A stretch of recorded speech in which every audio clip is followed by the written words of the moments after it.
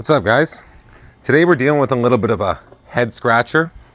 As you can see, all of our gas piping here is freshly painted on our meter, and there's a reason for that. My parents had smelled gas the side of their house for months.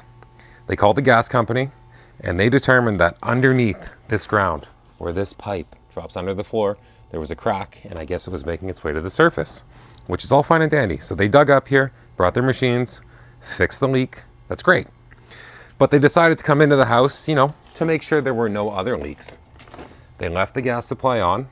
If anyone's wondering, this is how the gas company would ping your meter. When you line up these two eye holes here, they can actually lock it out with a special lock. Anyways, this is what we're looking at here. So the red tag, they left them for leaving them no hot water, but gas supply to the house. They determined that the water heater was showing signs of spillage. So in my eyes, that would be carbon monoxide spillage, draft hood spillage, something along those lines. And they also tagged it for 4.5.2 unsafe conditions to operate. Let's go take a look at this. Okay, we're in the basement. Furnace room is clean. Generally, if a tank is going to roll out, that would mean our flame would roll out through this area, but this looks like a sealed burner. This is spark ignition, so it's not pilot lit, or standing pilot, should I say. Here's the reason right here. You see this insulation? You see how it's melted? He's claiming that this tank is rolling out, but I don't see how flames would be coming out of this. This is the exhaust for the system. We're gonna do our first check now. I'll show you exactly how to verify you have proper draft. This is a natural draft water heater, so it does not have a fan to assist.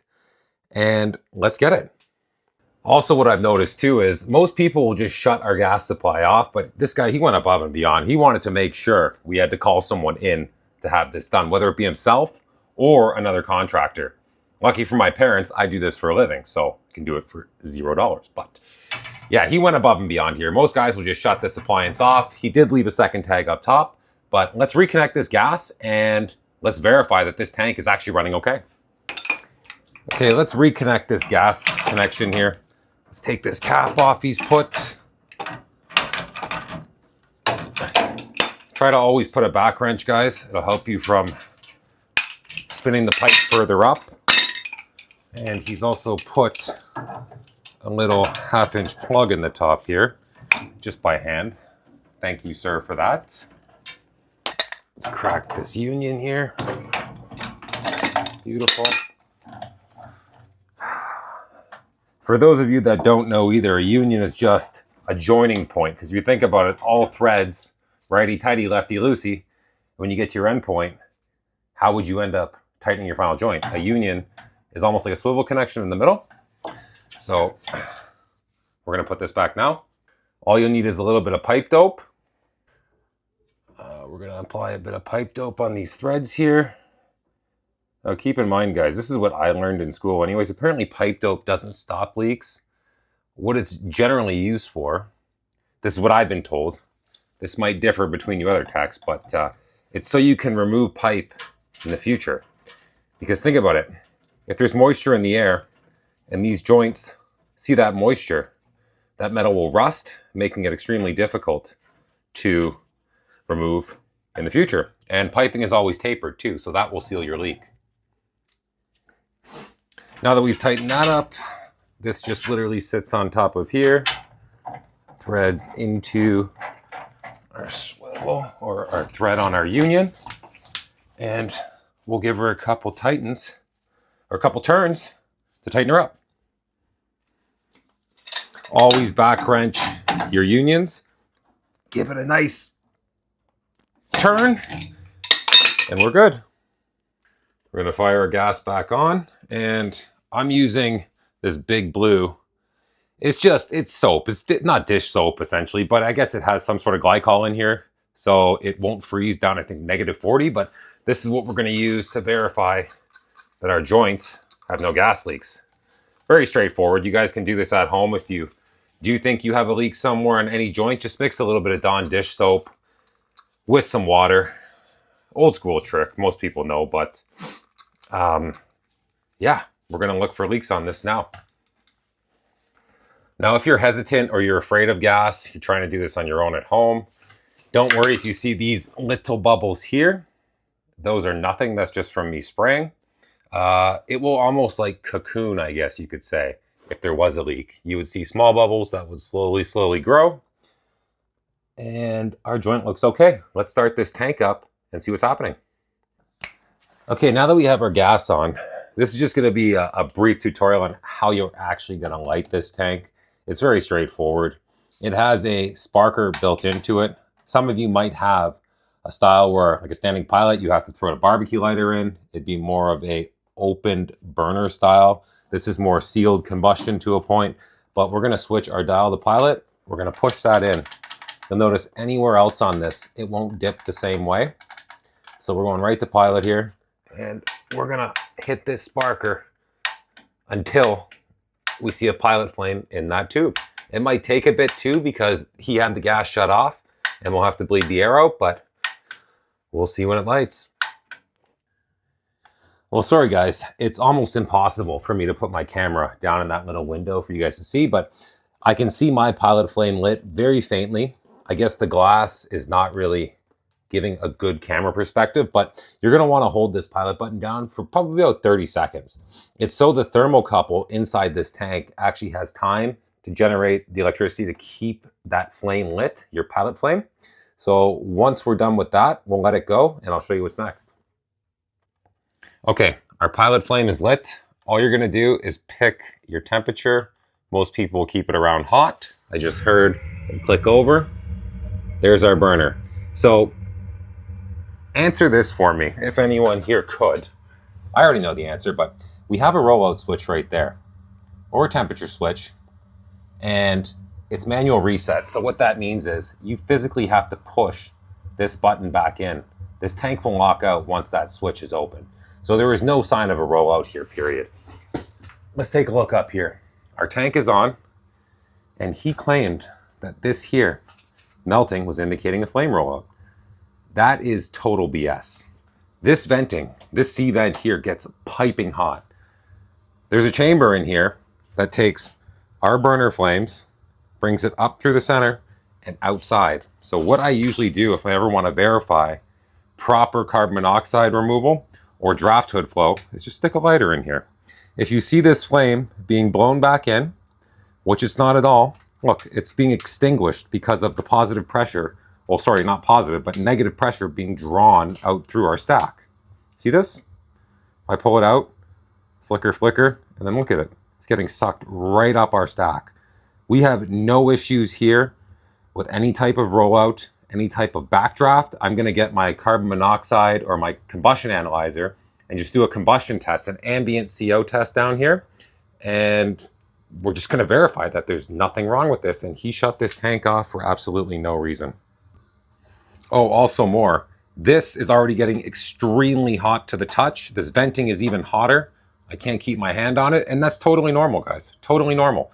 So what I suspect was this insulation was probably sitting down at one point, being a flat piece like this. So just to be on our cold water supply, and it was melting away. When this tank would heat up and run for, an hour at a time, this metal gets frickin' hot. So there is no sign of a rollout. Absolutely not. Okay, so I just went outside and grabbed my Testo combustion analyzer. This can be used for many reasons, but what we're going to use it for today is, where is it now? CO, carbon monoxide ambient. Okay, we're going to hit OK. We have our probe connected here, so this device here. We're going to read that. We're going to go over yes. Press OK. Searching for device. It's paired, and we're going to press play. And the beautiful thing about this, it even gives you a danger zone, a warning zone, and the green zone will give you ambient CO. Now, I wouldn't expect any of you homeowners to have a piece of equipment like this. The carbon monoxide sensors you buy at Home Depot, Rona if you're in Canada, any hardware store, will essentially do the same job as this. Might not be as pinpoint accurate, but it will give you a good warning if there's danger. Okay, here we go, guys. Our probe is just outside of our exhaust hood down here, where apparently we had carbon monoxide coming out, flame rollouts, which I have not seen at all. So you tell me why this tank was shut down. Now look, just to prove it to you, if I throw this probe inside of this stack, it takes a second to register, but you'll see. Here we go. We're starting to climb ever so slightly, but what do we have? 5 parts per million. 6, 7. I'm not doing a combustion test, but I'm just trying to show you. We're starting to climb now, okay? So we're going into a warning zone. But if we let this air out a bit, give it a couple blows, and here we go. We're starting to stabilize again. We are outside of our water heater. So we have no possibilities of carbon monoxide leaks. I have not seen a rollout period. What is this guy talking about? Take a look at our burner. A nice blue flame. Nothing's rolling back. I don't smell any gas leaks. Definitely no carbon monoxide. I think this tank's ready to go. But what we're going to do, because it's my parents' place, I'm going to flush this out because he claimed there was sulfur or calcium buildup inside the tank. I have no idea how he would even begin to know that. This tank is only 5 years old. I'll show you guys how to flush out a tank and do annual maintenance on it. I recommend you all do this, and it's pretty easy, so follow along. First thing you're going to want to do is find the dial on your tank here, and we're going to put this to the off position. If your tank was running, you'll hear the burners kick out, which I just did. This is perfect. If you're really paranoid, you can shut the gas off. And what we're going to do next is we're going to close both our water supplies. So we're going to close our cold water. Or you know what, I lied to you. We're just going to close our cold. We'll drain the hot out of the house, and yeah. Next thing you'll need is a garden hose. This is a 50-footer. Every water heater will have a hose spigot attached to the bottom of it. So we're going to thread that on, and we're going to run this to our closest floor drain.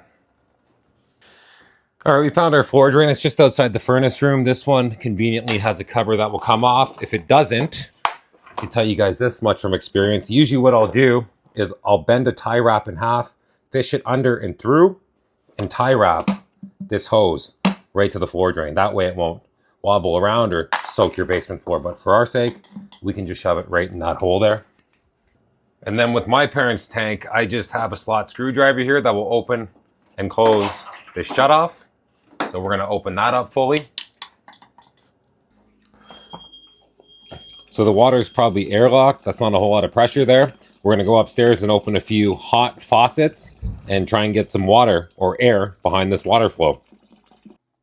Okay, guys. So as you can see, our cold side is still fine, but fire over to hot. Let's get some air behind that water downstairs. Just open the faucet, haven't gotten a whole lot more pressure. I'll show you one more thing you can do. This relief on the side of the tank, you're going to want to just pop it in open position. You hear a gurgle or two. You might get a little spit of water down there. You can put a bucket under it for now, but I have a towel. That's fine and dandy. And let's check our pressure. Yep, that's coming out twice as fast now, so we'll let it drain. Oh, and by the way, guys, you might want to drain your tank maybe 10% of the way before cracking this. You did see those little driblets of water I had before. It did come out maybe 1.5 gallons, but I had rags under it, so I was safe. If you're not getting any water flow out of your hose going to your drain, with the faucets open upstairs, there's two things that could be happening. You're still airlocked, so this will always help, or you have calcium buildup behind this valve. So sometimes what I like to do, if that's the case, which we do not have here because this tank's only 5 years old, is get something and give it a tap. Try and break away any of that calcium in there, but don't use anything like a pipe wrench because this is only brass. You'll probably end up damaging the valve. Beautiful. So our tank is drained and we can begin the flushing process, which is fairly straightforward. let's go through that process right now. So what you're gonna do is, the cold water supply that we had shut off, we're gonna flash it open and closed because we want pressure to come through our tank, but we don't want constant volume. We want quick shots to break any calcium buildup that's sitting in the bottom of that tank out. 2-3 seconds at a time. Keep your floor drain hose connected, so the drain from this tank, otherwise you're gonna have water all over the place. Some guys like to leave a bucket there, but I'll see if I can film from the other side while I'm doing this process. Okay, after we've kind of flashed water through 2, 3, 4 times, we're gonna fully open that valve and let's see what we get into our bucket. Give a little bit of time to come through. So our pressure is starting to increase now. And as you can see, we don't have a lot of sediment buildup coming out from inside that tank. So this tank liner, or the internals of it, are pretty clean. The tank is only 5 years old, by the way, guys, so I wouldn't expect anything less. So what our next step is, after we verified that the calcium has been cleared out, we flushed our tank, is to shut this off.